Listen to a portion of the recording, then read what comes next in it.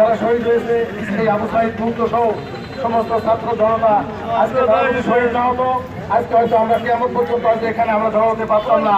ফ্যাসিস্টের মৃত্যু ঘন্টা বাজানো পর্যন্ত আমরা ধরাতে পারতাম না। তাদের রক্তের বিনিময়ে আজকে আমরা এখানে হাজির হয়েছি। আমাদের একটাই উদ্দেশ্য যে শহীদের রক্তের সাথে যেন কোনো বেইমানি না হয়, তাদের রক্তের সাথে যেন কোনো ফ্যাসিস্টের আবার পেতাবটা ঢুকে না বলে কোনো রাজনৈতিক দল যেন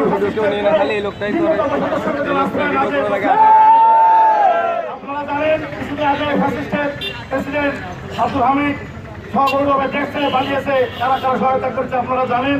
শেখ পরিবারের কেউ এখনো পর্যন্ত অ্যারেস্ট হয় নাই, তাদের কোনো সম্পত্তি কোনো হয় নাই।